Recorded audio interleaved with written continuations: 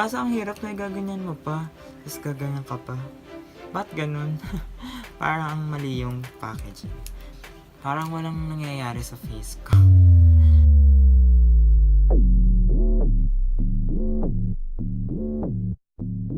Hello, hi mabuhay! I am Anjhae and today we are gonna do a product review of L'Oreal Infallible Pro Matte 16-hour powder.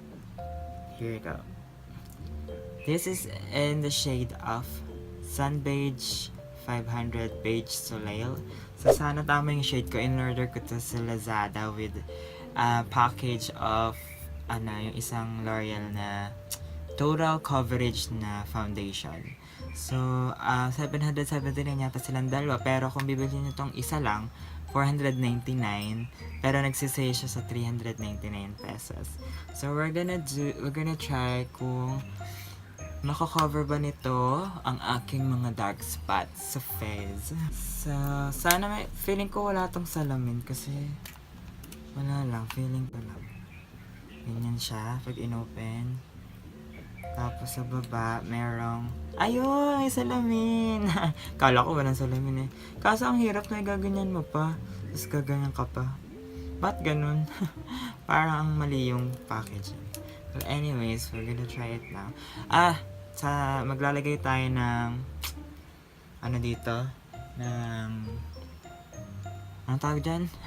Primer para tingnan natin kung gaano katagal ang nito, oil control. Sabi dito, lasting matte finish, never cakey, never flat. Ayun, yun lang sabi niya. Shine control, anti-luisance.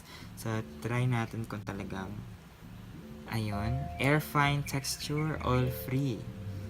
Tingnan natin. Lagay muna tayo ng primer dito sa right face natin. Tapos sa kaliwa, walang primer. I'm gonna use the Shine Freak FX clarifier. Ayan, so meron na tayong primer dito sa kanan. Tapos dito sa kaliwa hindi tayo mag-primer para makita natin yung oil control niya. Hindi ako masyado nag-press powder na foundation kasi mas gusto ko yung liquid. Pero ngayon kailangan ko siya kasi yung face ko ay hindi pwedeng araw-araw naka-foundation kasi nagpapagaling siya sa kanyang mga nakaraan. So, ang cute ng sponge siya. Ganito lang yung sponge siya. Super liit. Sana tama yung shade ko talaga. Kasi if not, ka-shade ko naman, diba? Feeling ko ka-shade ko naman siya.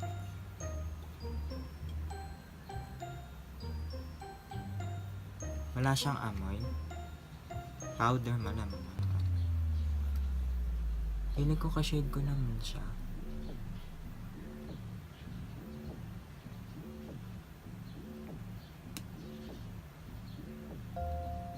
Parang walang nangyayari sa face ko.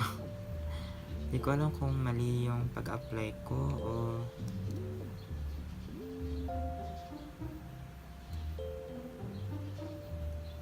hindi siya natatakpan.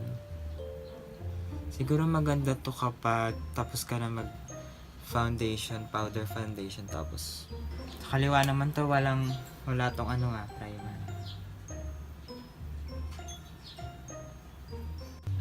Parang namamattify lang siya pero hindi siya nakaka-cover. Ganun ka-cover.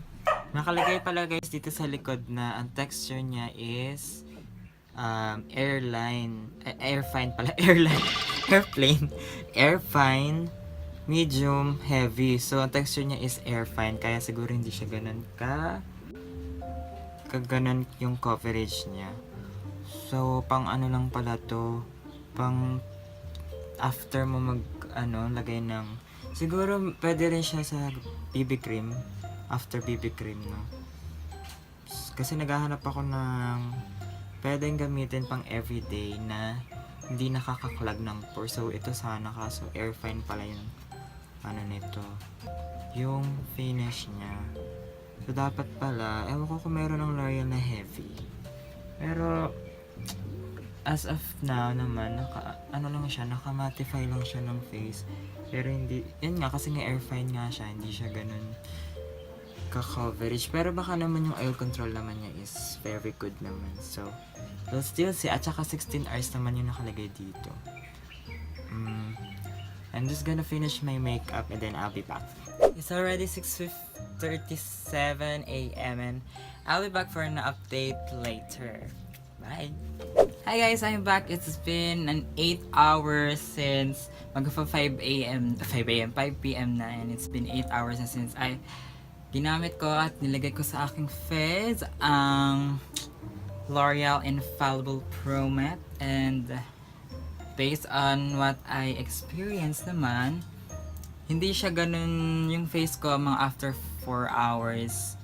Ano lang siya, shiny pero hindi siya oily. Tapos, pero ngayon, oily na rin siya and shiny na rin siya. Tsaka, parang walang pinagkaiba yung left side and yung right side. Parang parehas lang. Di ba may primer to? Tapos ito wala. So, hindi. Feeling ko naman na-control naman ng konti yung oil. Pero kasi 8 hours na. So, talaga namang mag-oil up na talaga ako ng bongga. Tapos, ano pa ba? Yun lang. Talagang hindi lang talaga siya malakas yung coverage niya. Kasi nga, air fine ang texture niya. So, dapat pala binasa ko muna. Kasi ang kailangan ko ay full coverage or heavy. Pero okay na rin siya. Siguro gagamitin ko na rin siya pang set ng makeup after kung lahat ng pag full coverage siguro. Tapos, saka ko lalagyan ng ganito. Tsaka, yung shade naman niya, sakto lang sa akin. Siguro dapat mas maputi kasi mag-oxidize siya, no? Pero, okay naman. Kasi masyado ring halata pag mas maputi. May na feeling ko pag mas maputi mas halata. Pero yun, okay naman siya. So, yun lang. Pero sa price point niya, masyado siyang mahal kung hindi siya sale. $499 para sa powder. Masyadong mahal, no? Tsaka, hindi naman ganun ka full coverage siya. Pero, nakakontrol naman siya ng oil. Pero yun nga lang, medyo mahal. So, I don't think I will buy this again. Definitely not. And, so yun lang. That's all. Thank you so much guys for watching this video. Don't forget to subscribe to my channel and share this video and comment down below kung ano mga ginagawa nyo sa powder na ito, Loreal Infallible Pro Matte, kung anong mga technique ang ginagawa nyo, share nyo sa comment.